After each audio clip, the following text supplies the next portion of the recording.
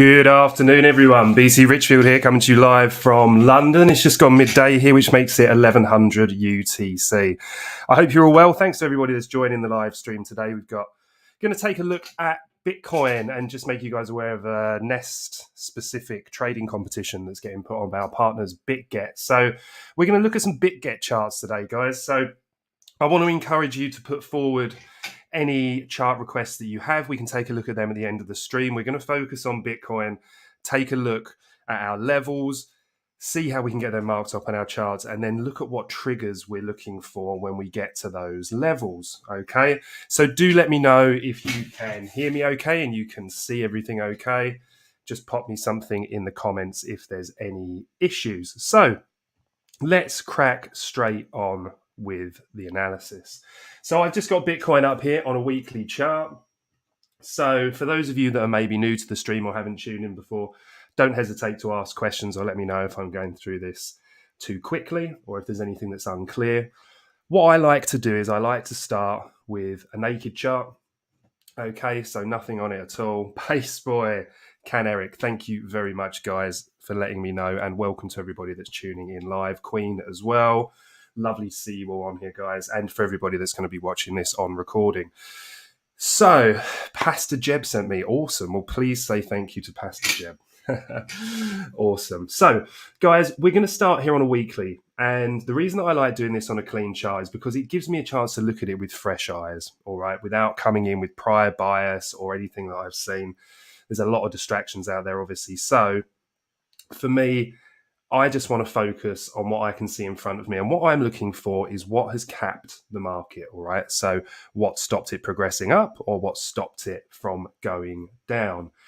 Now, a couple of things that stand out to me straight away is that on a weekly scale, we're still within all of this price action is still within the body of this candle here, all right? So this candle formed our inside bar pattern. An inside bar pattern is where you get a mother bar candle like this. When the following candle closes and doesn't go below the low or above the high of the previous candle, that's when we get an inside bar pattern. What we would do is we would mark the top of this and we would mark the bottom of that, and that will become our mother bar, all right? Then underneath that, we mark the high and the low of the following candle, which is the inside bar. Now, as with any range play, or certainly how I look to play ranges, I'm waiting for price to come up into one of the extremities, so the high or the low, in this case of the inside bar, and also when we reach either extremity on the mother bar. What we're then looking for is a reaction to see if this is a deviation or a fake out. And if price then gets back within the range, then we target the far side of the range. Similar situation here where we deviate above the highs, come back within, and we come down to the lows. All right. So at the moment, that mother bar is a little bit far away. Okay. So what I'm looking for is the most recent price action. Okay. So what we've got is this. So exactly the same principle. Here's our mother bar. It's the mother bar because this candle closed with inside its range, making this the inside bar pattern. So I'm going to mark this up as our mother bar high. And this is our mother bar low. Okay. Now, we also had the inside bar here. And while this is played out, I'm going to mark this up just to show you how price came up, ran these highs before coming back down. It then ran the highs again before coming to the far side of the range. They're the kind of reactions that we're looking for. But to look for those reactions, we need to know where our levels are. All right. Now, obviously, we have our high time frame support and resistance levels, but I like to focus on the key core levels that we've got in front of us now. And what we can see is price is very much trading with inside this range. Okay. So that's what we've got on the weekly. We're looking to see if there's anything else of significance. And the only other area of significance here that I can see is the low that was set by this candle. If we just make that a little bit thinner and expand this out, we can see how this candle's low here. The liquidity was run by the following candle, which then led to this bullish reaction to the upside. Now, when price then came back and interacted with this level again, we reacted again, but now we're starting to break down again. So for me, that's a level that's worthy of note. The other level that's worthy of note, although I don't expect it to go near it immediately or anytime particularly soon, is this one. So this is the high from this week's close. We then ran this high, took the liquidity above, got back in the range, and then sold off. This is all how we start our storytelling process. All right, guys. So now I'm going to drop down to the daily where we get a little bit more information. So again, we can see up here at each level, once we know where our levels are, we wait for price to interact with one of our levels, right?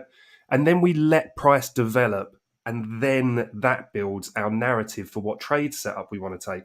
The mistake would be to come into this level with a pre-existing bias saying, well, you know what? We're in a really nice bullish trend here, higher highs and higher lows. We're going to smash out of this and continue higher. Because what happens is then when you break above this level, but you don't get your close, the chances are that you can then get swept up in this reversal move, get your stop loss taken and feel the move to the downside. So we just want to know and be accurate with our levels and where they are, okay? The other thing that I like to do on any range is take the high to the low of that range, and then I'm just going to draw myself in a midline or a range EQ. Okay, and that's what that looks like. So here we can see the range EQ, so the center of the range here, price has come up, rejected here, found support at the midline, the EQ here, failed to close below that. Price has then established itself, moved to the highs, taken the liquidity above these highs, closed below. Now what we've seen is this very fast move, right, through the EQ here, through the midline. So for me, what I was looking for, and if we're taking into account our high time frame bias, all right, guys, which is bearish, yeah. Now, on a daily scale, fine, we built this nice bullish structure at the moment, but we've now broken structure to the downside. And what I'm looking for is points that price can pull back to if we're looking for continuation lower. Now, this here provides a really good example of that, because what we could see is price kind of come up to this level, yeah, run, take the liquidity above, come back down below, and then start to target the lows again. If that were to happen, what we'd be looking for is the liquidity to be taken above this level and then price to close below this low, the low that set the high. All right. We would obviously look for triggers on lower time frames. Okay, guys, but this is the basic premise. So what else am I looking for here? Well, now we're down on our daily scale. And again, depending what type of time frames you like to trade on, guys, I'm looking for scalp opportunities at the moment. The market's got some scalping potential. We can see 1, 2, 3, 4, 5 days of mass indecision here. The volume of the trades are in the bodies of the candles. The wicks, we need to remember, are where price has tried to get to but failed to achieve. So until we get that close, we've got no confirmation. And when we look at this, if we're just looking at the volume of these candle bodies, if we take the very high to the very low, you're talking about 0.87%, right? Now, we've had a much larger span than that, right? The wicks, but actually in terms of the volumes of the bodies, we can see how tightly compressed this range is. Now, often when we get tightly compressed ranges like this, it means that price is building for a move, either distribution or accumulation. It's either building up here for a break to the upside, or it's building up the momentum to break lower. So what's of interest here? Well, I'm looking for a level that the market hasn't gone above or closed below, right, as we discussed before. So I'm just going to delete that to clean that up. Now, on a daily scale, what we can see here is we've not managed to get above this, and we've not managed to close below this. What we have had are some really nice range-bound reactions, though, right? So we set the high to the low. What happened? We ran the low, price came up, ran the high, came back down, didn't quite reach the lows. Now, that's normally quite a bullish sign. Yeah, if it fails to reach one side of the range, it normally means the momentum, excuse me, in the opposite direction is starting to build. So price has got front run here, but what's happened again? We've run these highs again here. We've now closed back within, and price is starting to drop further. So what else am I interested in on this level? Well, for me, I use my B Pro for our divergences. We can see here, obviously, the higher the time frame, the more weight. So in terms of a trade setup, if you're a high time frame trader, you can use your B Pro. You know where your levels are, right? So even in a simple exercise of just marking your key swing highs, right? Let's take this swing high. Now, we're back here. We've got our high. We've seen price sell off, right? But it's set a higher low. Now what we want to know is, as it comes up to this level, is it going to take the liquidity above this level and pull back, either before another leg up or before mounting a reversal? Or is price going to come up to here, as it did, but break this level, retest it, and then move higher, right? And I always find, as breakout trading, it means a big difference to your portfolio, certainly to your profit and loss account, if you're waiting for retests on breakouts, right? So often price gets pushed up in the market to stop people out. We got to remember what exists above here, right? And that's the stop losses of people that were short here. Now, if you're in a short trade and you've set a stop loss, this here is a buy order, right? That means that there's buy orders sat in here, there's liquidity sat in here. When price here comes in and takes out those orders, and also we got to remember that there'll be breakout traders here as well, all right, who are going to be looking to trigger this as a move to the upside. Well, when that happens, that creates a lot of buy liquidity, right? Now, if there's enough sell orders up here, then those orders are going to get filled very quickly, and we're going to see this reversal. All right. So when we're looking for things like this and we want to build confluence, we want to build ourselves a story. All right. And we're saying, okay, well, what do we think is going to happen? So to prove to ourselves that the liquidity there has been taken and that price is ready to move higher, first of all, we wouldn't really want to see the bearish divergence. But even if we did see that, what we would want to see is, as price, remember, we're talking about this level here, guys. When price comes above this level, comes back into it, we want to see a retest of this area and then price to move higher than this, the high that's broken out. At that point, we can either then use this line to enter a trade on a retest, but we know that the market is starting to show us bullish momentum. However, when we come into this liquidity level, if we're aware and we're ready to trade this both ways, then when we come into this level and we start to see weakness, and even just using daily candles here, guys, all right, we run this level. Let me just clean that up a little bit. We run this level here, right? We get the reaction. We close back within with a bearish engulfing candle, all right? And then we've got our bearish divergence here on B Pro. That's telling us that there's weakness in the market. Whether this is a correction in an ongoing bullish trend, or whether this is the start of a reversal, it's key information to have. Now, we do want to remember that what's important is we always want to trade with the trend. The trend is our friend until the end, as a old friend used to constantly tell me, right? He's absolutely right. Now, I do like catching reversals. I'm not here to catch tops and bottoms, guys. There's a lot of luck involved in that. But what I want to see is a reaction like this, so that I can move on to the lower time frames, and then I can give myself a better chance of picking out a suitable trade setup. All right. So we'll delete that for the moment, and then we're going to focus on this. Okay, so we've got our mother bar high, our low, and our range. So we've got our daily setup here. So now I want to ping and take a look at the hourly.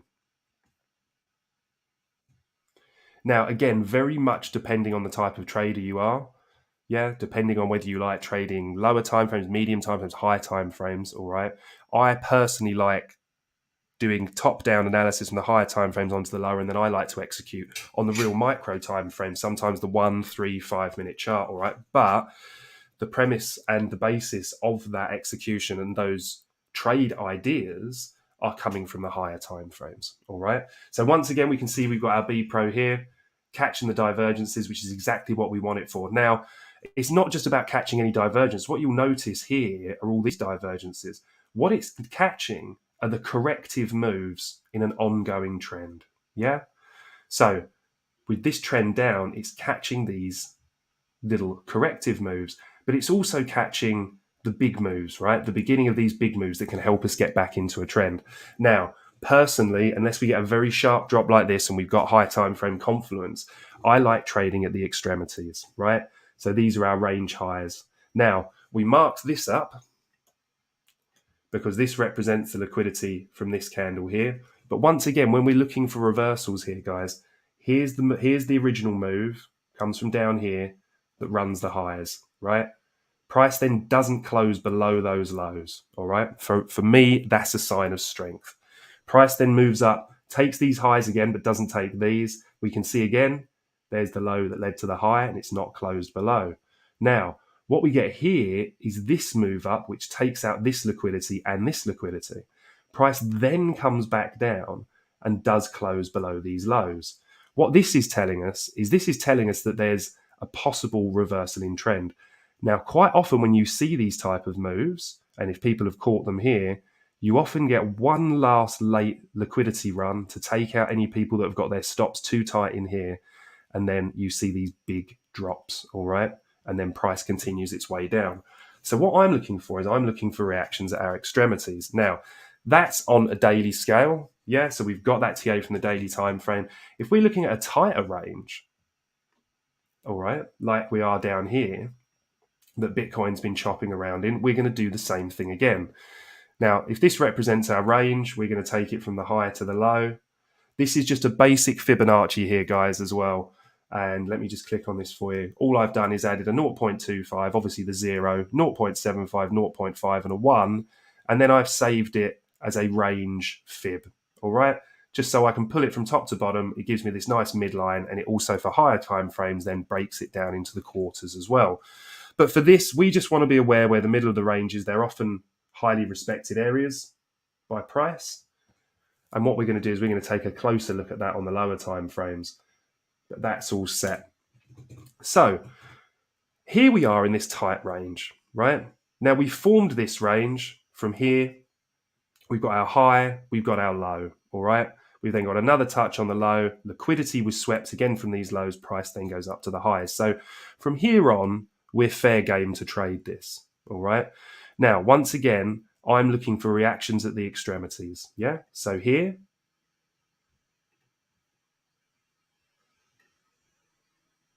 and also here. So whenever price has interacted with a key high or a key low. So the reason for that is because if we can catch the reversal up here, we know where we're wrong, we know where our stop loss is going to go, and then we've got all of this potential downside, which increases our risk to reward potential. So I've got this marked up. Now, the next thing that I do is I like using the 30-minute charts, especially if we've got a smaller range. And what I want to see is this. I want to see a bearish divergence here on B Pro, right? So perfect. And then we've got our other bearish divergence here on B Pro as well. Now, just to give you a bullish example, if we imagine that this range was in fact established between here and here, but we often like waiting for a third touch on a range to really confirm it. So let's just imagine for a moment that it had been established here and here, so we can look at a long example down here. Now, we've got our divergence, we've got price interacting with our key level, right? As we've discussed, I'm just going to turn this off to make it a little bit cleaner. So now what I'm going to bring in are two things, and Jay will absolutely love me for this. Jay Trader, if you don't follow Jay Trading Tank or know anything about him, please do. Such an exceptional trader, along with the other guys at the Nest. We all have our different approaches to TA. One of the things he's an absolute master at, among many things, is his use of the OBV. So I thought I'd include that in some of my TA, all right? So all I've got here is I've got an OBV, and these are showing pivot points, all right? Divergences, basically. Now, the red ones are the key ones that we're interested in for shorts, and the green ones are the key ones we're interested in for longs. The blue are more neutral, and they're just showing us that there's a difference, that there's a movement in the trend, all right? So we're not using these by themselves. We're using this in confluence with an RSI. Let me make that a little bit bigger so you can see it. Do let me know if you can see that clearly, guys, or if there's any issues. Right, now what we're looking for here is simple. We want price to be interacting with the lows or the highs. So it either needs to be in or approaching overbought So oversold down here or overbought up here, right? And then off the back of that as well, we want to be seeing what we've already got. We've got our divergences on the 30 minutes. We're interacting with our key levels. And we also want to see, for our shorts, we want to see the OBV bearish. So we've got this brilliant red line here that tells us there's been a bearish divergence, and we can see very clearly here that we're in a bearish trend, setting lower lows and lower highs. Here, the opposite is true. We can see we've got our blue pivot line, and then all of a sudden we get this reversal. There's our low, high, lower, low. Then we've broken above this high. So we can see a little bit of bullish momentum building. Where does that happen? On this candle here. So we're going to move this over one, yeah? And we're going to do the same here, right? We want to make sure that this lines up. We've got a high there on the RSI. That starts to drop. And then we've got this here, which lines up when we're continuation here with our lower lows and lower highs. Now, if we're going to do the same here, this one's a lot weaker. We've not really pushed up towards the extremities here, right? So if we were going to consider a trade, we would need to see two things here from our indicators, right? We want to see our divergence on our B Pro, which we've got. But here, there's no entry, right? Because our OBV, look, higher highs, higher lows. Now here we get our pivot.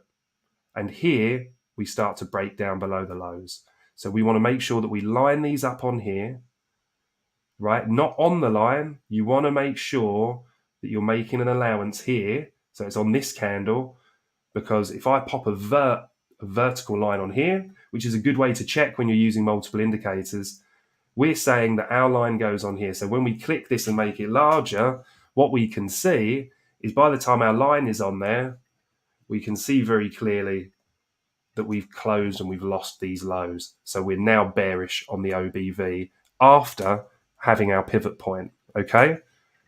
So if we wanted to enter here, we're going to say to ourselves, well, we also want to be cautious because we haven't run the highs on the RSI. So we can look to enter, but maybe with a smaller position size, all right? Now, I know this isn't going to be everyone's cup of tea, but I like to use the 1 minute chart or a 3 minute chart because it allows me to see trend in detail. I'm looking for a specific pattern to enter. I'm looking for a break of market structure and a retest, or I'm looking for price to come back, take liquidity before breaking down lower. So let me show you what I mean by that. So we're going to run through these examples, all right? And we're going to do this on a minute chart. Again, price is fractal, guys. So when you know the time frame that you're trading on, you can use exactly the same methodology, whether you're putting it on a weekly chart, etc., etc. Okay. So by the time we go into this, we don't need our indicators, right? Because all we're saying to ourselves is, look, we've got our confluence. All we need are targets, right? And I want to be targeting these lows, right? So we can see we've got a low here, we've got a low here, and we've got a low here. Yeah. So as a start point, because we're breaking down from the range highs, our first target is always the range midline.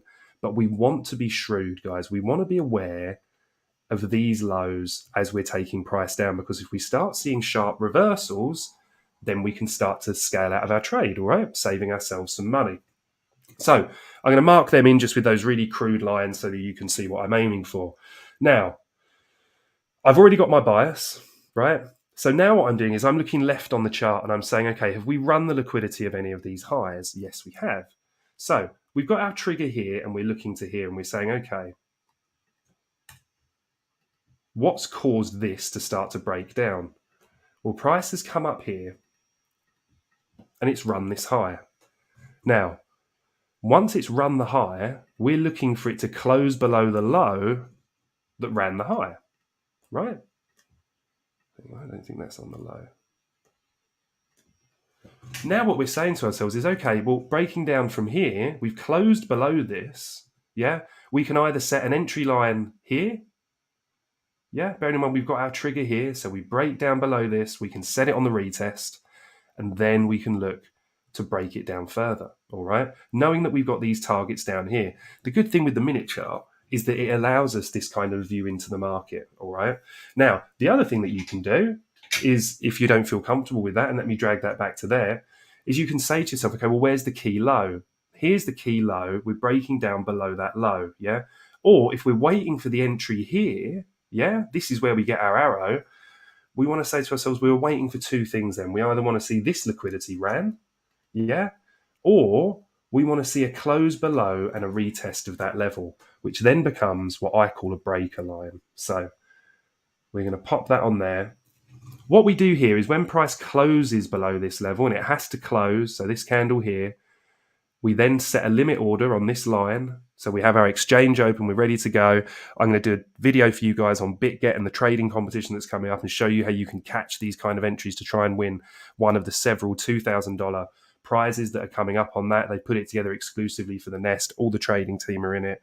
Loads of the community are in it as well. There's 3 $2,000 prizes for people that have the best P&L, the best return, and the most profit. So do pop by and have a look. There's going to be some information, guys, I'm sure, down in the YouTube description below how you can get along. And you can even be really sneaky about this, guys. You can come in, you can get a 3 weeks trial for the Nest, find out if you like it, enter the trading competition. And not just that, you can get all of Pedro's amazing updates from the MBS system, which is an automated trading system that has been really, really profitable, very successful. He writes algorithms. He's an absolute genius. And you can use that to buffer out your trades. Don't tell anyone I told you, but not a bad idea, right? Put yourself forward for those $2,000 prizes. So before I digress too much, when we break this line, we've confirmed our structure break to the downside. We've got our pre-confirmation from our higher time frames. We've got our original targets here, but realistically, our main or first objective is this down here. All right. So we take our short position. As soon as we get our minute close below here, we go on to BitGet, we pop in this level here, which is 21,495. Right, we're then dragging this down here. We put it above the prior swing high. All right. So this one here, I know it broke and went back here. That's just too close. We want the prior swing high from the breakdown. Now we're saying to ourselves, okay, our first possible point of reversal is here. Do we get a good 1-to-1 risk to reward? We do. So when we do get a risk to reward like that, we want to always make sure that we're getting at least 1-for-1 for our first target, right? That means that if my risk here is $100, then if I closed the trade here, I'd have $200. But that's not my target, right? My main target is here. And that's a risk to reward of 5.74. All right. So once we get down here, you could either close the position out entirely, or you can say to yourself on the way down, when you get to your 2R position here, you can say, you know what, I'll take a little bit off the trade. I'll take 25, 30% off the trade, and then I'll leave the rest to run with my stop loss at entry. That way, if you get a sharp reversal, you don't get taken out, you've booked a little bit of profit, and you move on. And, you know, that would look down here, that you'd be taking like $60, $80 profit down here, whilst leaving the rest to run. You've still got 70% as you run into here. That means of the $570 that you would have made, you probably make around about sort of $400 on that. And you've risked 100. Yeah, or you've risked 10 and you've made 40. The key here, guys, is capital preservation, right? We don't want to be taking unnecessary risks. Why try and catch this move here, or why try and catch this move here, or this move here? Yeah, when you get down to here, get your 2R, reverse, take your stop loss out. Get into the trade when you've got the trend confirmed and when we're moving in a certain direction, all right? So I hope that makes sense. If it doesn't, guys, do hit me up with questions. I'm going to go and just find the other ones for us now so I can show you. Apologies for the scrolling time. Obviously, we're on a minute chart here. So here's our next trade. Now, let's remember what we've got here. We have got all of our confluence from our higher time frame. We've got our B Pro divergence, right, which is absolutely key. We've then got our OBV, which is showing weakness. All right, we've got our pivot point come up on that, showing the confirmation of the divergence there as well. We've run into this key level, which is our range high. This is all what's made up this. We've also got an RSI that's up and starting to decline. Oh, sorry, guys, I've missed a couple of your questions here. Hi. Yeah, hey, guys. Hey, everyone that said hello. Sorry, I missed that, guys. Queen, thank you very much for your feedback. Basebo, my good friend. Good system for range. Yeah, absolutely. You know, you're getting your head around the ranges really well. It would be nice to see what you think about the S&P 500. Give me a nudge at the end, mate, and I will definitely take a look at that for you. So here we are. Is everybody on the same page here? Appreciate that we've got our confluences here, yeah, from our higher time frame. So now we're diving in to the minute chart, and this is where we're looking to execute. So remember, we're looking for exactly the same thing here, guys. We're looking for a key high to be run, yeah, for price to then close below that high, and then we're looking for our entries. So here we can see that we've got price up here, but we don't run this high. Thankfully, we've run the high here, right? But we don't close and we don't run this high. So until we do, which we don't here, until we run this high here, we've not got a trade entry, right? So I'm going to draw that across here, and this is our liquidity line, not our breaker line, so we make sure that's marked up correctly. Now, this isn't cherry picking, guys. Let me show you exactly what I mean. For this, as we got entered on the other trade, we're waiting for liquidity to be taken from a high, from a key high. Yeah, this is showing us when the market's ready to reverse, and then we're waiting for confirmation, right? We're looking for the low that swept the high, which is this one here, which becomes our breaker line. Okay, so let me draw that in now to show you we're not cherry picking anything here, guys. Look what we've got. This high isn't run. This high isn't run. This high not run, not run, not run. Big drop below this low, right? We come back up and set this high, but we don't close below this low, so that's invalidated. Then when we set this high, price runs up, takes liquidity, closes underneath here, shows us that it's ready. On the close, we open our position. Our position is triggered when price drops and comes back and takes it out. Our stop loss goes above the prior swing high. Our first target would be these lows down here. And as always, then we're looking to target the midline. So as we get down towards these lows here, and a good tip here, guys, as well, is sometimes it's best to kind of take it not right on the lows in case it doesn't get run. Look for the down candles that led to the move higher. All right, and that's where you're assuming liquidity is. So we've got a nice 2.39 trade. That means if we stop ourselves out there, our risk of $100 is now earned as 239. However, again, by our principles of range trading, we are targeting the midline. So what we would do is probably scale out some of the trade here, move our stop loss to entry. All right, and then we go down here to see how the trade plays out. And we can see we not only get to target, we have such a fast move down lower that we wouldn't have stopped all of our position out here. We would have left maybe 20, 30% to ride. And sometimes they can give you really, really nice reward. All right. So without boring you to pieces, I am going to take a look at a buy order for you. All right. Razoon, you beauty. There he is. I'm really so Razoon, wonderful trader, good friend of the Nest, and obviously one of our TA team, has made one of the sickest little indicators I've ever seen in terms of a position size calculator. So I'm not going to steal his thunder because we're going to make an awesome video on it. He's going to show all of you guys how to use it. But basically, I use it, and it has been saving me a hell of a lot of time. Also, for those of you that don't know, he is a very similar trader to myself, looking to, as he puts so well here. So you're basically bidding when people get stopped out illegal, right? Now, obviously, it's not illegal, but that is very good banter. So we're both very similar. We're looking for liquidity in the market. We're looking for market structure shifts and changes that allow us to get in at extremities, except Razoon is more of a master of volume than I am, all right? So he's got a very good edge there. Now, we've come down to here, and we've run this level, yeah? So we've got our arrow. What are we looking for, right? We're looking for price to run a low. Now, we've got no immediate low down here. We've got this, but that's a little bit messy. We've run quite far below that.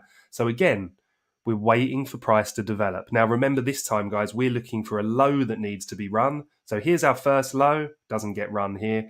We then set this low, pull back to here.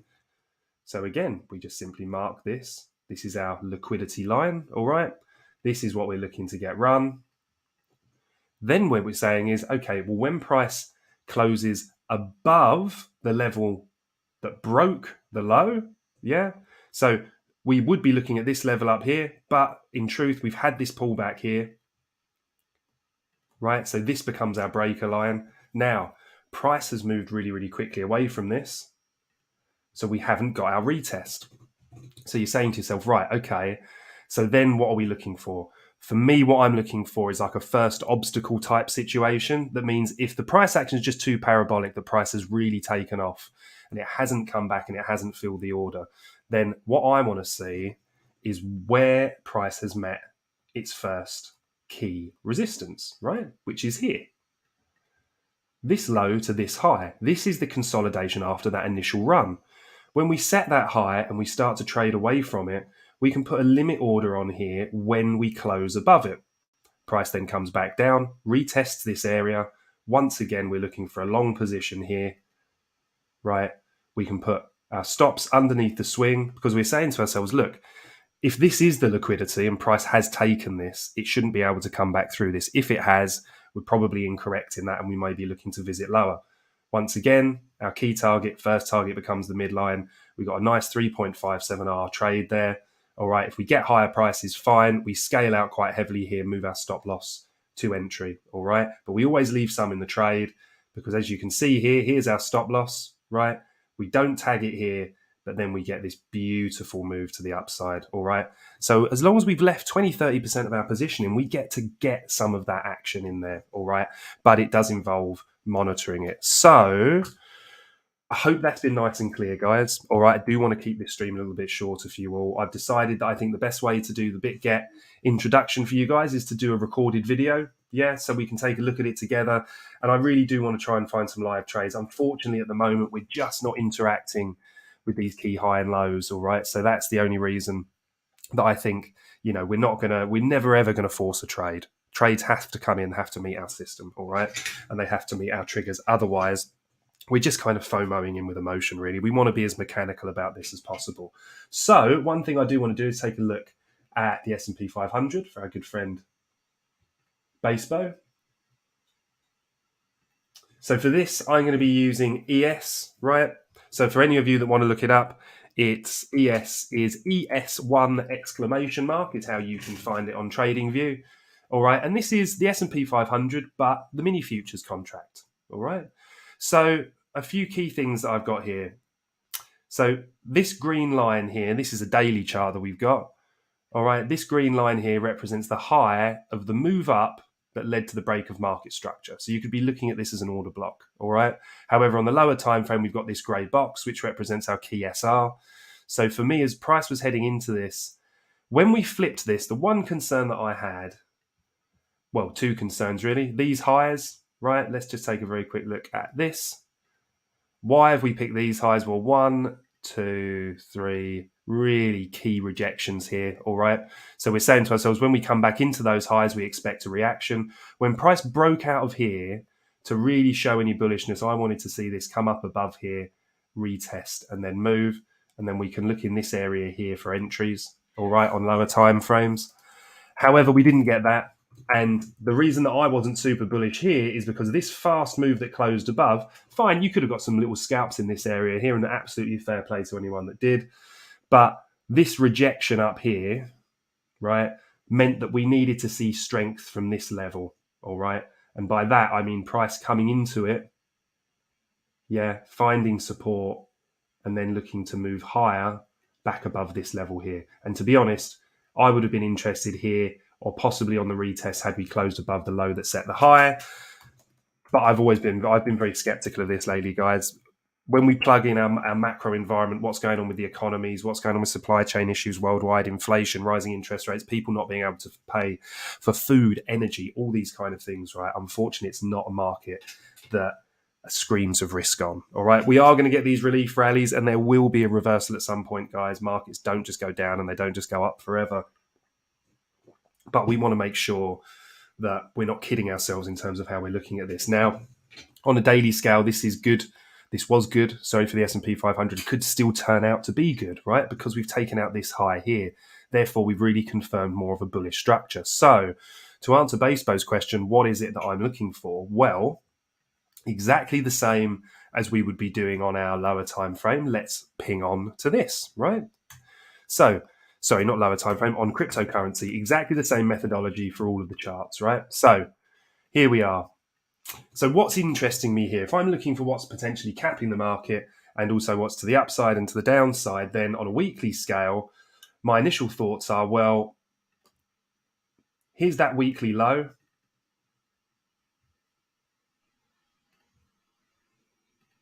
So we'll mark that up like that. Here was the high that price failed to close above. So on a weekly scale, right, this is what we're looking for at the moment. If price closes under here, then where are we getting interested? Well, I'm looking to the prior week's low because that hasn't because that hasn't been set. That hasn't been swept, sorry. And then I'm looking down lower as we go. All right. Also, for any interesting SR levels like this, we can take those over as well, and we can see what happened here. Price broke through this, retested it, and then sold up to the upside. All right. But just for now, we're just going to keep that clean. So on a weekly scale, that's what I'm looking for. Quick question here from Basebo, which is, why mini futures? So I use the mini futures just because it's a smaller contract size, right? So for me, S&P 500 just means the much larger contract. So if I'm trading, then I'm trading on mini futures. So it's basically, I'm using this and I TA this because this is what I trade in terms of contract side. It allows me to be more flexible with the amount of contracts that I open. Traditional markets work slightly different.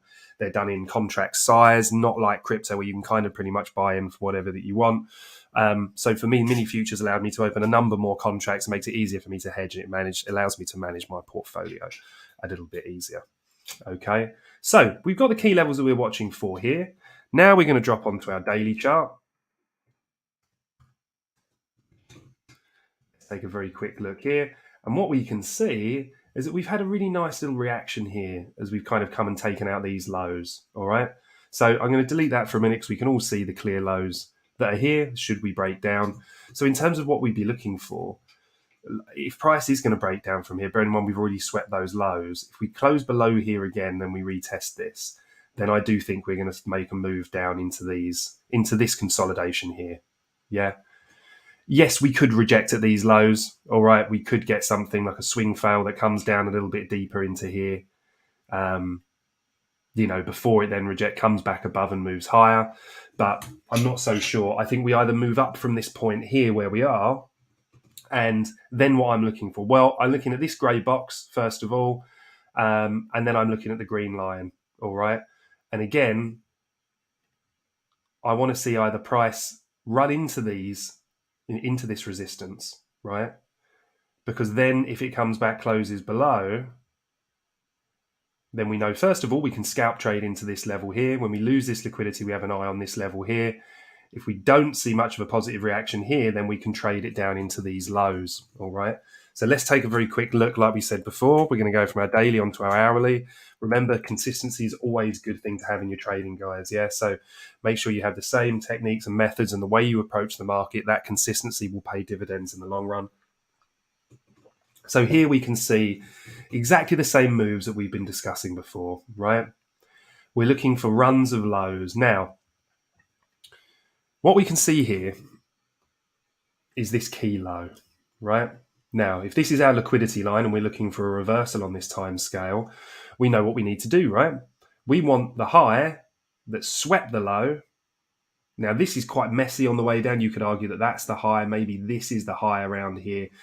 Personally, I'm always looking to be more risk averse, right? But what we can absolutely see is whether we consider that the high or that, it hasn't been swept, right? Now, why wasn't this the reversal, I hear you asking? Because there's the low, there's the high that sweeps the low. We mark the high. Let me zoom in for you. Remember, we need a close, right? We don't get our close. Quite a cool way to stop us getting in to trades that can lose us money, all right? Got a couple of questions flying in here. Let's take a look at what we've got. But Bitcoin, don't you use volume profile as confirmation tool for your levels? Yeah, so I do use volume sometimes. For me, I'm more of an old school price action trader. So I'm looking for the key swing highs and lows for where we're going to sweep liquidity. Razoon and On-Chain Labs are your boys for volume. Please check them out. On-Chain Labs, in fact, has completely rewritten his trading levels that are based on volume calculations that I can't even understand. The guy is so smart. Same as Razoon. Go and check those guys out for your volume stuff if you're interested in that, by all means. I do use it. I use it more in the levels of sort of like the OBV in terms of looking for the volume in the market where we're getting shifts. But you can absolutely use like fixed profiles in terms of working out, your POC, your point of control, which is a really good way of doing it as well. But basically, the entry methods and techniques that are on here are are absolutely available and tradable however you're using them, right? In this terms of this liquidity reversal method, right? So if this was a point of control, for example, it'd be the same. You'd wait for that point of control to get closed below, then for it to get reclaimed, and you'd be looking for long trades to the upside, all right? So I hope that answers your question, mate. Now, if we go on to our 30-minute chart, now we're going to bring in our indicators, right? And we're saying to ourselves, okay, so let's wait for our RSI to load. What have we got? We haven't got an RSI deep down in overbought, but it is pretty close, right? It is pretty close here. So let's do this. Let's say to ourselves, okay, if we're saying liquidity has been run here, we want to know where the lows are here, right? So we're going to mark this low. Now what we're saying to ourselves is liquidity was run here, it's come back up, but it hasn't closed above the highs. Now, are we going to rerun this low again? But have we got bullish confirmation from our indicators? So what have we got here? We've got our OBV, but we can see lower lows and lower highs, right? We actually wouldn't get a higher high until this broke here, which would be here. So if we were waiting to go in for our entry trigger, we're saying, okay, we've now got our shift on the OBV, which is difficult to see because it looks quite flat until you zoom in, but hopefully you guys can see here, lower, low, lower, high, high, low. We've now broken the structure of these highs, which is why we're interested. We've also got an RSI that's been down near oversold and is now starting to trend up quite strongly. So we're going to pop our arrow on here. All right, guys. And now we're going to drop to our minute chart. Let's see what that looks like. Could we have got an entry here? What would that entry have been like?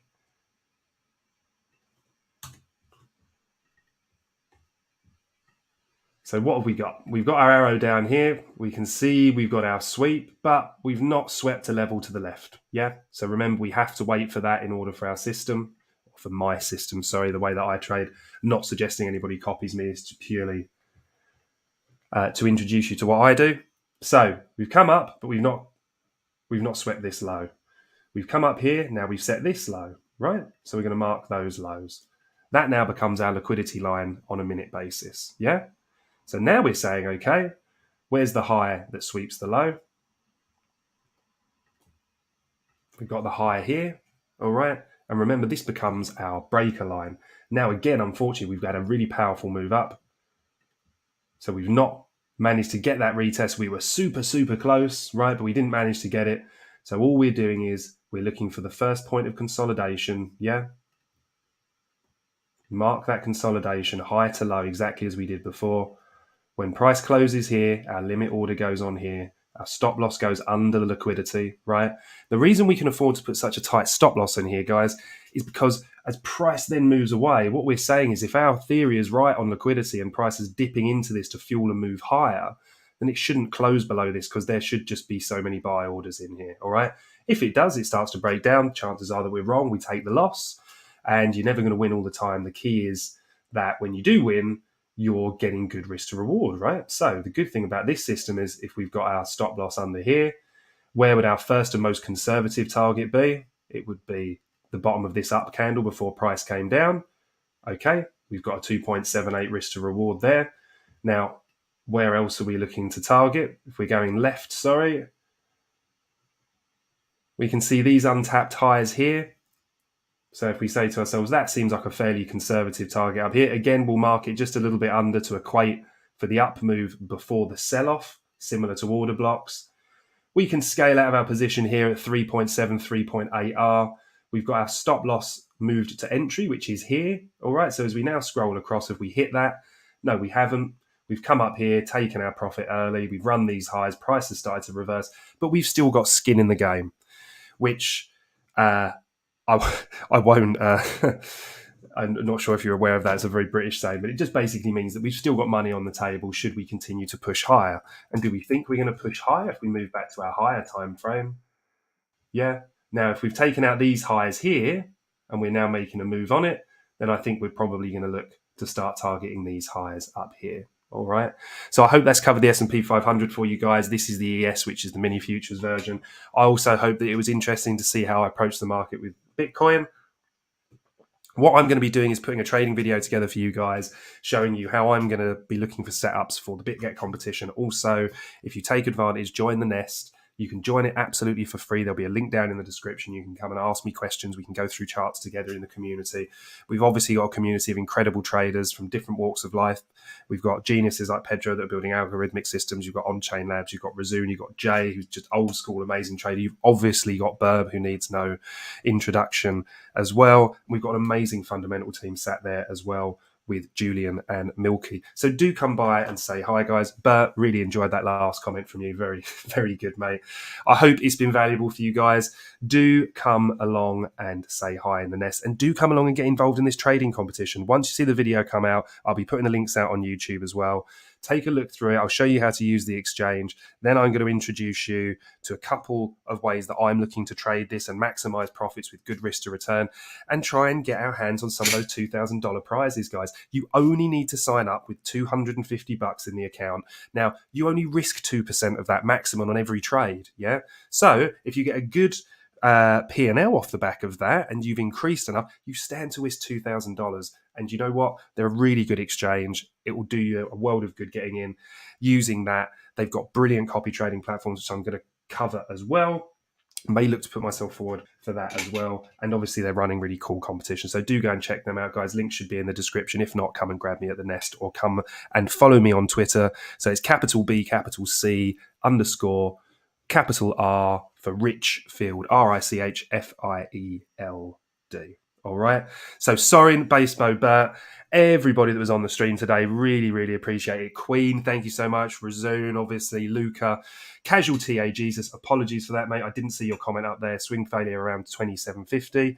Yeah, I think that could be possible. And then an untapped at 19,900. Nice. Like how you always pop on with the different levels you're looking at.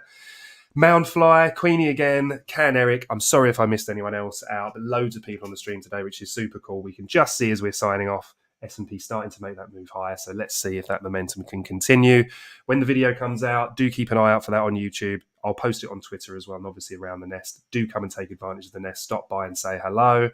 Have an amazing week, guys. I'm going to be live again on Monday, and then I'm going to be live for you all again on Wednesday. So if you've got any chart requests, things you're looking at, do come and ping them over. Have a fantastic week, and I hope to see you all around the nest.